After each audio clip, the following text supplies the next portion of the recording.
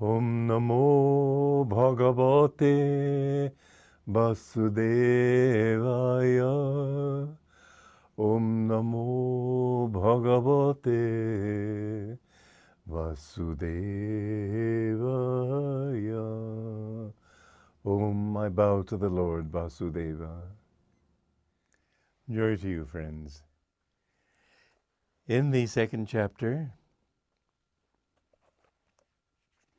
stanza 11, the Blessed Lord said, with words of love and seeming wisdom, you have been grieving over those who deserve no lamentation. The wise mourn neither for those who live on earth, nor for those who leave it. This is a very interesting thing because we think, the mind is such a tricky thing, we think that we're speaking truth. We think we're talking wisdom when we think that we should not fight our bad tendencies. We think, well, after all, it isn't right not to do harm, and these are qualities, we don't want to harm them. You're not harming them. You have to understand that wisdom sometimes is ruthless. You have to take up the sword of discrimination and slay the demon of delusion. And this slaying, this process of slaying, is the spiritual path. You have to get rid of everything in yourself. But the thing is that it's not you that you're slaying. It's your energies. And this is what Krishna makes clear later on as we go into this chapter, that you're not really killing them. This is true even in worldly war. If you have the duty to defend your country from invasion, and war is right in that case, then I don't say aggressive war is right. I don't say that some of the wars that we have fought in the last century were right.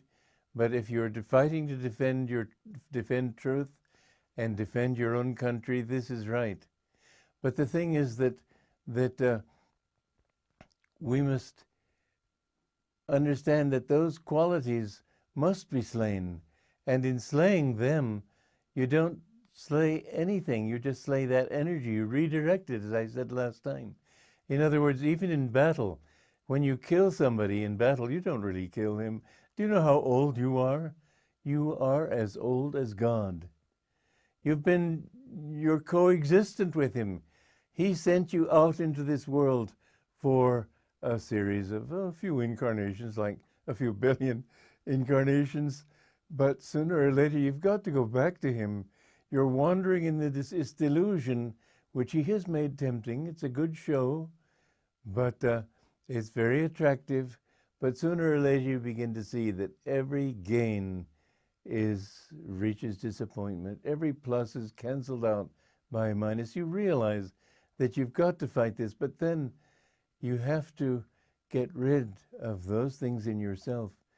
And when you grow into God, you come out of that. You don't have to be born again. But as long as you are still wandering in delusion, the death of the body doesn't mean anything. You just go into another world, and if you've lived a happy life, it'll be a good world. And if you have not lived a happy life, you'll have a few nightmares.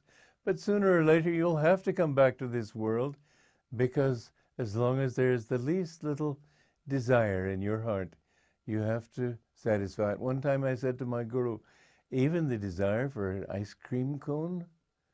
I thought, of course he'd say, no, not that. He said, oh, yes. I was kind of frightened when he said that. Every desire, but you know, most of those desires, once you've completely, as I one time asked him to help me overcome desire for good food, he said, don't worry about those little things. When ecstasy comes, everything goes. So those desires are fulfilled in the joy of God's presence. But anyway, when you do kill people, this Gita is true on all levels. When people are killed, they don't die. What is bad for you is if you desired to kill. If you kill in a just cause, if you have to kill, then don't feel badly about it, because God will take care of you. When the North Vietnamese invaded South Korea, North Koreans, invaded South Korea, Yogananda said, I put the thought in Truman's mind to protect South Korea. And he sent soldiers over, and we won that war almost by the skin of our teeth. But he said that the satanic power in this century, the last century, was communism. It's still there. This atheistic religion that teaches that only materialism is true. It has substituted matter for God as its religion. It says religion is the opiate of the people, but it itself is a kind of religion. And he said that if that had come into South Korea, it would have taken Japan, it would have come up into the Aleutian Islands, it would have come down into this country. In this age, communism must be fought. It is an evil because it teaches people all those qualities that take them away from our higher divine nature.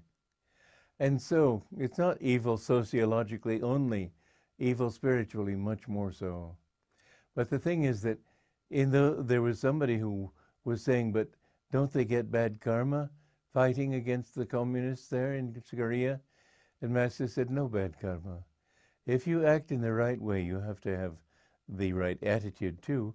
Otherwise, there will be some bad karma from your attitude.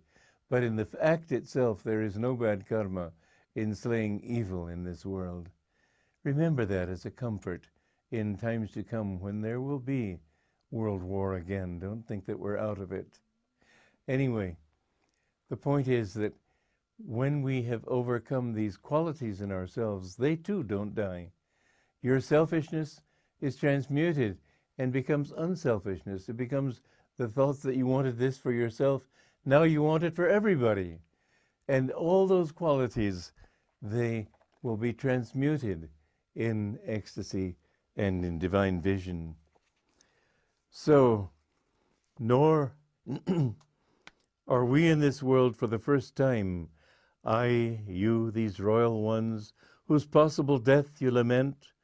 None of these has not lived here before, nor shall any of them ever cease to be. Remember, death, dance of death and dance of life, these come from God, and as such rejoice in all of it. Death and life are just two sides of the same coin. Don't feel depressed. Rather live your life in such a way that others weep when you go, but you feel joy.